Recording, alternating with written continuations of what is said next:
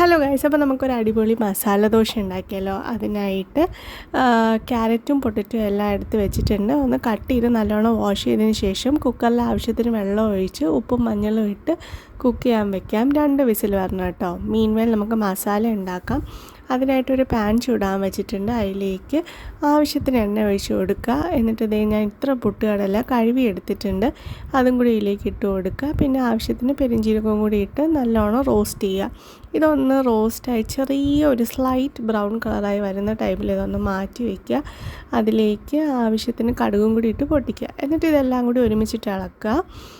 അതിലേക്ക് കട്ട് ചെയ്ത് വെച്ചേക്കുന്ന 2 സവോളയും 2 പച്ചമുളകും കൂടി ഇട്ട് കൊടുക്കും. ആക്ച്വലി ഈ മസാല ദോശ പ്രിപ്പയർ ചെയ്യാൻ വളരെ എളുപ്പമാണ്. കാരണം നമുക്ക് ഉള്ളിയൊന്നും അത്ര വഴന്ന് വരാനായിട്ട് വെയിറ്റ് ചെയ്യേണ്ട ആവശ്യമില്ല. ഒരു ഹാഫ് കുക്ക് ആകുമ്പോൾ തന്നെ ബാക്കി എല്ലാ പ്രിപ്പറേഷൻസും ഇതിൽ ഇട്ട് കൊടുത്ത് സംഭവം റെഡിയാക്കി എടുക്കാം.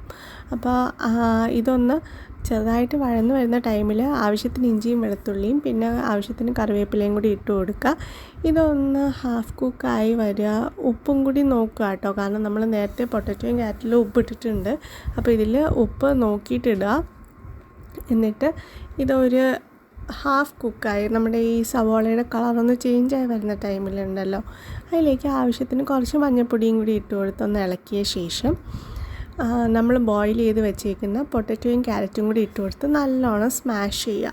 സ്മാഷ് ചെയ്തെടുത്ത ശേഷം നമ്മൾ കുക്ക് ചെയ്ത വെള്ളം ഉണ്ടല്ലോ, അതായത് പൊട്ടറ്റോയും ക്യാരറ്റും കുക്ക് ചെയ്ത വെള്ളം, അത് ആവശ്യത്തിന് ഒഴിച്ചു കൊടുക്കുക. നിങ്ങളുടെ മസാല കൺസിസ്റ്റൻസി ഓരോരുത്തർക്കും പല രീതിയിലായിരിക്കും. ചിലർക്ക് കട്ടി വേണം, ചിലർക്ക് കട്ടി വേണ്ട. സോ ആ ഒരു കൺസിസ്റ്റൻസി എത്തുന്ന രീതിയിലേക്ക് ആക്കിയെടുക്കുക. എന്നിട്ട് നമ്മുടെ മാവ് ഒരു പാനിലേക്ക് ഒഴിച്ചു കൊടുത്ത് നല്ല നൈസായിട്ട് ദോശ പരത്തുക. അതിലേക്ക് നിങ്ങളുടെ ആവശ്യത്തിനനുസരിച്ച് മസാല ഇട്ട് കൊടുക്കുക. ഇവിടെ എല്ലാവർക്കും കുറച്ച് മസാലയാണ് താല്പര്യം.